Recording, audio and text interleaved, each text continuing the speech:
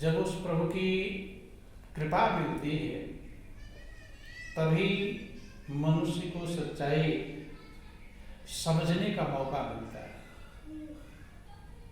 और इसीलिए वह मनुष्य भाग्यशाली कहलाता है जिसके अंदर में सच्चाई उतर जाए।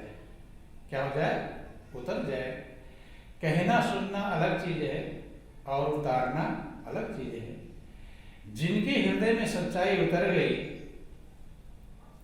तो युग पर युग बीत जाते हैं, लेकिन उनके गीत हमेशा गाए जाते रहते हैं।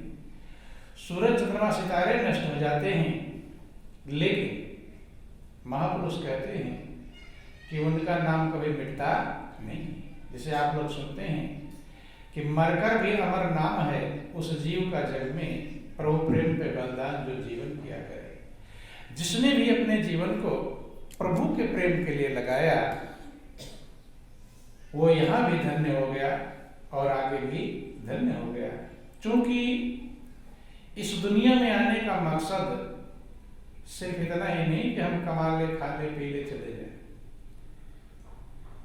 ऐसे जितने भी लोग आए और चले गए उनके जीवन को कोई भी सार्थक नहीं कहता, उनका जीवन निरर्थक कहलाता है। हाँ, जिसके ऊपर मालिक की कृपा हो गई और सच्चाई पर गौर कर लिया, जिसके हृदय में सच्चाई उतर गई, तो एक एक पल पल पल उस सत्यता में लगने का प्रयास किया, और जब लगने का प्रयास किया तो आज आप लोग देखते हैं कि रामचरितमानस है, गीता है, भागवत है, लिखा जिन्होंने, और पूजा कितने लोग कर रहे हैं? रामायण की पूजा करते हैं, भागवत की पूजा करते हैं, आरती उतारते हैं। तो उन्होंने लिखा और आज उनके लेख की पूजा हो रही है। क्या हो रही है? पूजा। तो पूजा का अभिप्राय ये नहीं है कि हमने अगरबत्ती घुमा दिया। ज्यादातर लोग ये सोचते हैं कि रामायण जी को अगरबत्ती लगा दो या दीपक जला दो या आरती कर दो, भागवत जी की आरती। महापुरुष कहते हैं कि वो क्या कहा जा रहा है उसमें, जिसने इस बात को गौर कर लिया, सही में वही पूजा है। क्या है? वही पूजा है। तो अब आप लोगों को प्रतिदिन रामचरितमानस का प्रसंग सुनाया जाएगा, ठीक है? ताकि आप लोग शुरू से लेकर अंत तक सारे रामचरितमानस को समझें कि रामचरितमानस कहा क्या रहा है और लोग क्या समझते हैं। बोलिए प्रेम से गुरुदेव महाराज की जय, बोलो वृंदावन बिहारी लाल की। देखो, ग्रंथ बहुत सारे हैं और बहुत सारे लोगों ने ग्रंथों की रचना की, लेकिन सबसे ज्यादा जो प्रचलित है हिंदू धर्म में, ये तो गीता सर्वमान्य है। सारे संसार के लोग गीता को मानते हैं, सभी धर्मों के लोग मानते हैं। और यहां तक आप देखे होंगे कि कोर्ट इत्यादि में जब शपथ दिलाना होता है, क्या दिलाना होता है? शपथ। तो गीता पर हाथ रखकर शपथ दिलवाते हैं। किस पर हाथ रखते हैं? गीता। क्यों? ताकि वैसे तो आदमी झूठ बोल सकता है, लेकिन जब गीता पर हाथ रख देगा तो गीता एक प्रकार से भगवान का स्वरूप है। क्या है? भगवान का स्वरूप। इससे कसम इत्यादि लोग खाते हैं तो किसके नाम पर? कहते भगवान के नाम का कसम खाओ या मंदिर में जाओ। क्यों? उसका मतलब क्या है? ताकि इसके अंदर भगवान के प्रति श्रद्धा है और भगवान के सामने झूठ नहीं बोलेगा। गीता सब मान्य है, लेकिन हिंदू धर्म में जितना प्रचलित रामचरितमानस है, क्या है? रामचरितमानस। रामायण की चौपाइयां लोगों को याद रहती हैं, कदम कदम पर उसका प्रयोग करते हैं, उदाहरण देते हैं। क्यों? क्योंकि तुलसीदास ऐसे महान कवि हुए, महान आत्मा हुए, जिन्होंने विचार किया कि सर्वमान्य, जन सामान्य, कम से कम पढ़ा हो, अनपढ़ हो, कम बुद्धि वाला हो, ऐसे सरल भाषा में हम ग्रंथ की रचना करें। क्या करें? ग्रंथ की रचना। और नियम यही कहता है कि कोई भी बात कही जाए तो ऐसे सरल भाषा में कहा जाए ताकि समझने वाला समझ ले। तो इस पर ध्यान दिया किसने? गोस्वामी तुलसीदास ने।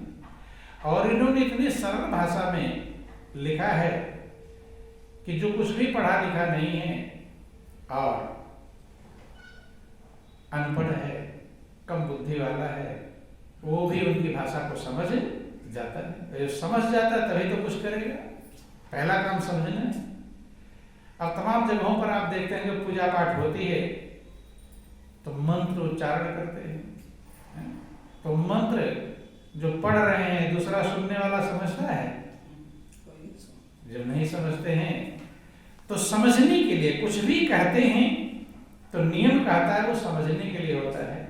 तो इस पर तुलसीदास ने ध्यान दिया और इसलिए रामचरितमानस सर्वमान्य ग्रंथ एक प्रकार से है, लोग आदर और सम्मान करते हैं। बोलिए प्रेम से सुखदेव महाराज की जय, बोलो वृंदावन बिहारी लाल की। तो देखो शुरू करते हैं, उन्होंने रामचरितमानस शुरू किया तो सबसे पहले उन्होंने बुद्धि और वाणी की वंदना की। किसकी वंदना किया? वाणी की। क्योंकि कुछ भी हम वर्णन करेंगे जब हमारे बुद्धि में आएगा तभी तो। कहाँ आएगा? बुद्धि में। उसका सबसे पहला श्लोक है उनका कि वर्णानाम अर्थ संघानाम रसानाम छंदसामपि मंगलानाम चाकर्तारो वंदे वाणी विनायको। वाणी की वंदना किया। वाणी जो आपके वाणी शब्द है उसे ही सरस्वती कहते हैं। क्या कहते हैं? सरस्वती। जैसे कोई अच्छा गाने लगता है तो क्या कहते हैं कि उसके सरस्वती, या गाने वाले सबसे पहले किसकी वंदना करते हैं? सरस्वती की वंदना। क्योंकि वाणी हमारे अच्छे निकले तो वाणी की देवी सरस्वती कहलाती है। कौन कहलाती हैं? स्वर, सरस्वती। जो हमारे अंदर स्वर निकल रहा है तो उसी देवी की वंदना करते हैं। क्योंकि जब कुछ कहेंगे अगर वाणी सही निकलेगी तो कीमती है, और वाणी अगर उल्टा निकल जाए तो बेकार। आप लोग सुनते हैं कि वाणी अनमोल है। क्या है? अनमोल। कि वाणी एक अनमोल है, जो कोई बोले जान, ये तराजू तो लिए तब मुख बाहर आन। तो वाणी अनमोल है और वास्तव में उसी को सरस्वती कहते हैं। स्वर जो आपके अंदर चल रहा है वही सरस्वती है। क्या है? वही सरस्वती। और वही चलेगा तब आप बोल पाएंगे, कुछ भी कर पाएंगे। तो इसलिए सबसे पहले, चूंकि महापुरुष कहते हैं कि सबसे कीमती मनुष्य के लिए श्वास का चलना। क्या है? श्वास का चलना। श्वास चलेगा तब सारे काम होंगे। लेकिन जिसकी तरफ लोगों का ध्यान जाता नहीं। सोना चांदी रुपया पैसा तो जानते हैं कि कीमती है, लेकिन श्वास का चलना, इसकी तरफ कभी ध्यान आया कि ये भी कीमती है? हाँ, ये कीमती कोरोना के समय में आ गया था, तब लोग समझ गए थे। उस समय तो कोई ऑक्सीजन सिलेंडर ढूंढ रहा है, कोई कुछ ढूंढ रहा है, कोई कुछ ढूंढ रहा है। तो ध्यान देना, रामचरितमानस में सबसे पहले तुलसीदास ने इस बात का ध्यान दिया कि मेरे स्वर जो हैं मेरे अंदर में चल रहे हैं कि चलें, इसकी वंदना किया।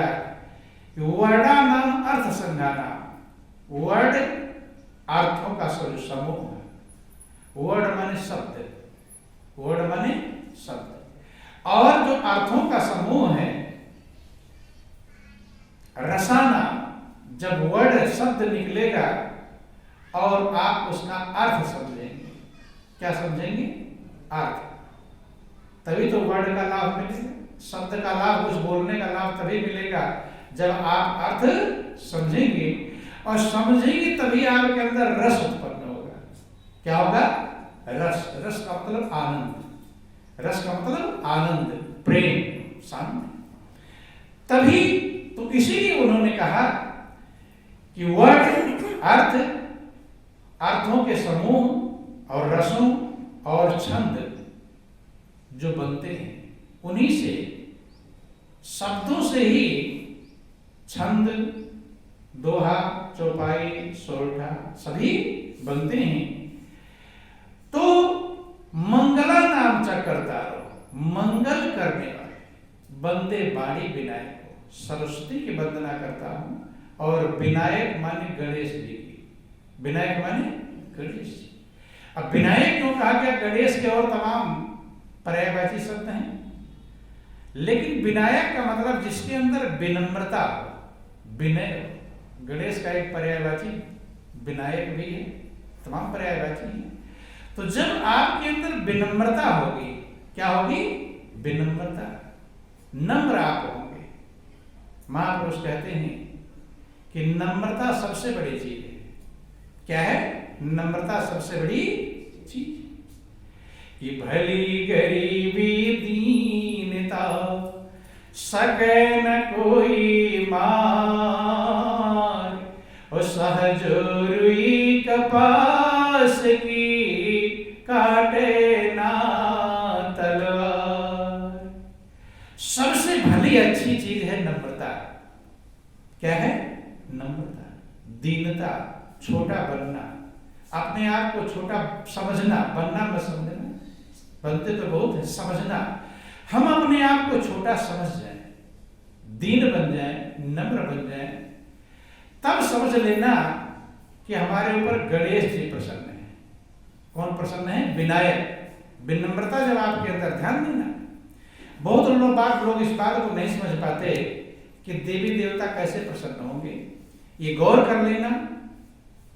तो गणेश जी कब प्रसन्न होंगे? जब आप विनम्र बनेंगे। क्या बनेंगे? विनम्र।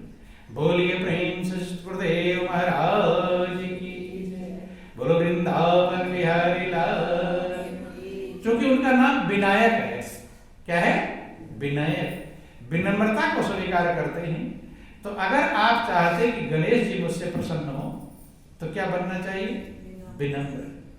और महापुरुष कहते हैं कि विनम्रता से आपको कोई मार नहीं पाएगा, अर्थात आपको कोई परेशान नहीं कर पाएगा। कि भली गरीबी दीनता सके न कोई मारे। कोई भी, मारने का मतलब काटना नहीं, मारने का मतलब दुख देना, परेशान, पीड़ा पहुंचाना। कैसे? सहजो रुई कपास की काटे न तलवार। सहजो बाई ने वर्णन किया कि जैसे कपास की रुई होती है। क्या होती है? रुई, इसमें लोच होता है, जिधर मर्जी को मोड़ लो। तो तलवार अगर रुई पर मारेंगे तो रुई कट जाएगी, फिर रुई कटने वाली नहीं है। और चीजें तो कट जाएंगे, लेकिन रुई के अंदर विनम्रता है, लोच है। क्या है? लोच। इसलिए महापुरुष कहते थे, वो तुलसीदास के अंदर कितनी महानता है। सबसे पहले उन्होंने स्वर की वंदना किया, सरस्वती की वंदना किया, और दूसरा किया किसकी? विनय, गणेश जी की वंदना, विनम्रता। वाणी आपके अंदर हो, लेकिन विनम्रता वाली वाणी। क्या हो? विनम्रता। तो दोनों चीज अगर रहेंगी, वाणी भी रहेगा, विनम्रता भी रहेगी, तब आप का कल्याण होगा, मंगल होगा। मंगला नाम चक्रता, मंगल करने वाली ये चीज है। ध्यान देना। बोलिए प्रेम से गुरुदेव महाराज की जय। अब दूसरी चीज वंदना किया, ध्यान देना। श्रद्धा और विश्वास, इसके प्रतीक भगवानी और शंकर।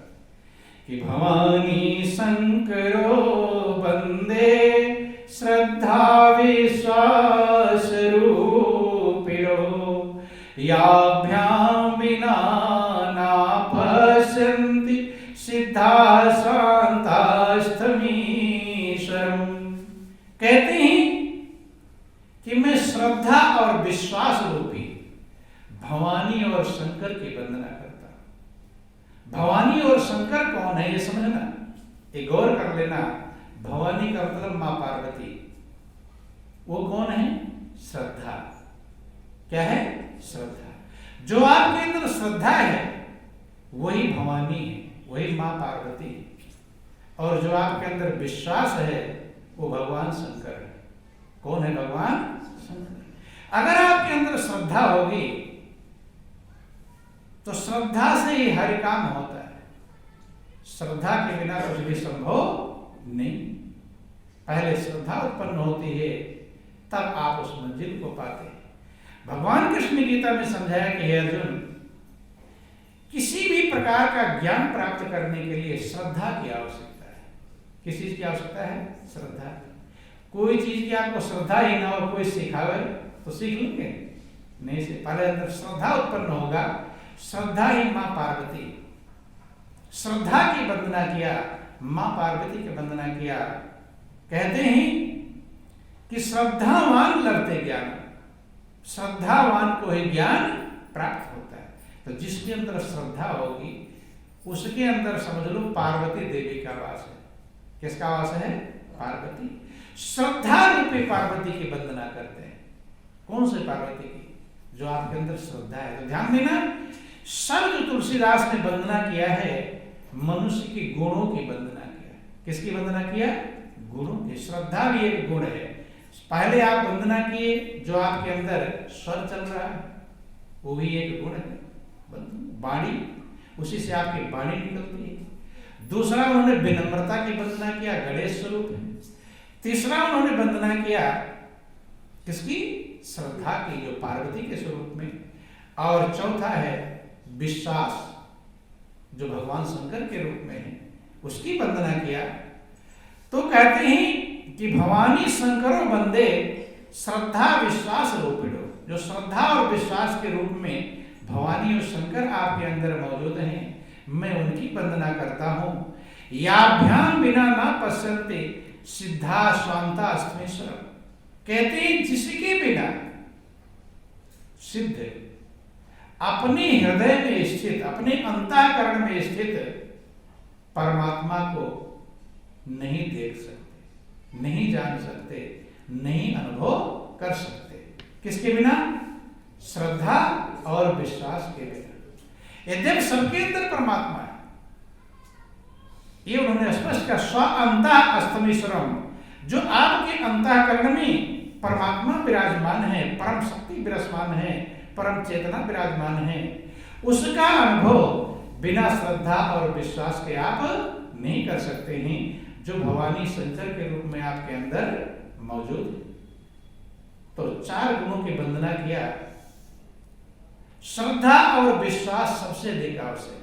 आप लोग रामायण में सुनते भी रहते हैं कि बिन विश्वास भगति नहीं और तेहि बिनु द्रवहि न राम। राम कृपा बिन सपन्यो जीवन लह विश्राम। अब आगे वंदना करते हैं गुरु की। अब गुरु क्या है ये भी आपके अंदर है, ये गौर कर लेना कि वंदे बोधमयं नित्यं गुरु शंकर रूपिणं यमाश्रितो हि वक्रोऽपि चंद्र सर्वत्र वंदते। वंदे बोधमय, बोध माने ज्ञान, बोध माने ज्ञान। जो आपके अंदर बोध का गुण है, ज्ञान का गुण है, वही गुरु है। क्या है? वही गुरु। कहते हैं गुरु रास्ता दिखाते हैं। गुरु क्या करते हैं? रास्ता दिखाते हैं। तो आपके अंदर जो बोध है वही तो क्या रास्ता दिखाता है, जो ज्ञान है वही रास्ता। इसीलिए गुरु को बोधमय कहकर पुकारा गया कि बंदे बोधमय, जो बोध स्वरूप है, ज्ञान स्वरूप है, नित्यम, नित्य माने सदा रहने वाला। गुरु को सदा रहने वाले कहते हैं। तो जो आपके अंदर बोध स्वरूप गुरु है वो सदा रहते हैं। कभी ऐसा हुआ कि ना नहीं? क्योंकि ज्ञान ही परमात्मा स्वरूप है। क्या है? परमात्मा। रामायण में लिखा गया कि ज्ञान अखंड एक सीतावर और माया बस जीव सचराचर। ज्ञान एक है जो अखंड है, जिसको सीता ने वर्ण किया था परमात्मा। परमात्मा को ही ज्ञान कहते हैं। इसलिए कहा है जो हमेशा रहता है। क्या रहता है? हमेशा। सबके पास हर समय नित्य ज्ञान मौजूद रहता है। अब हम उसका कितना लाभ उठा पाते हैं ये हमारे ऊपर निर्भर करता है। तो बोधमय जो रूपी, ज्ञान रूपी और नित्य रहने वाले जो गुरु हैं, उनकी मैं वंदना करता हूं। वंदे बोधमय नित्यम गुरु शंकर रूपेण। जो शंकर के रूप में, शंकर का अभिप्राय है जो हमारी शंकाओं का समाधान कर दें। क्या कर दें? शंकाओं का समाधान कर दें। इसीलिए गुरु के बिना रामचरित में वर्णन आया कि मनुष्य के संशय खत्म होते नहीं। कैसे नहीं? रामायण वर्णन आया, बोलिए प्रेम से गुरुदेव महाराज कि भूमि जीव संकुल रहे, गए शरद ऋतु पाय, और सतगुरु मिले ते जाहि जिम, संशय भ्रम समुदाय। महापुरुष कहते हैं भूमि की जो जीव है, बरसात के दिनों में आप देखते होंगे केंचुए, मेढक, तमाम सारे जीव जमीन पर भी, पतंगे इत्यादि हवा में भी। एक लाइट जला दो कितने पतंगे इकट्ठे हो जाएंगे। तो तमाम भूमि के जीव संकुल माने समुदाय इकट्ठे हो जाते हैं, ग्रुप के ग्रुप इकट्ठे हो जाते हैं। कब? बारिश के समय में। गए शरद ऋतु पाए, और जो शरद ऋतु आ जाती है, शीत ऋतु आ जाता है, तो ये सारे जीव गायब हो जाते रहते हैं। फिर पतंगे भी गायब और सारे कीड़े मकोड़े गायब हो जाते हैं। कैसे? सतगुरु मिले ते जाहि जिम, संशय भ्रम समुदाय। जैसे सतगुरु के मिल जाने से संशय और भ्रम के समुदाय नष्ट हो जाते हैं। इसलिए सतगुरु का 3 विशेषण उन्होंने प्रयोग किया। पहला, वंदे बोधमय जो ज्ञान स्वरूप है, नित्यम जो नित्य रहने वाले हैं, और शंकर रूपिणम जो शंकर के रूप में है, शंकाओं का समाधान करने वाले। कहते हैं कि यमाश्रितो ही वक्रोपि चंद्रा सर्वत्र बंधते। जैसे भगवान शंकर ने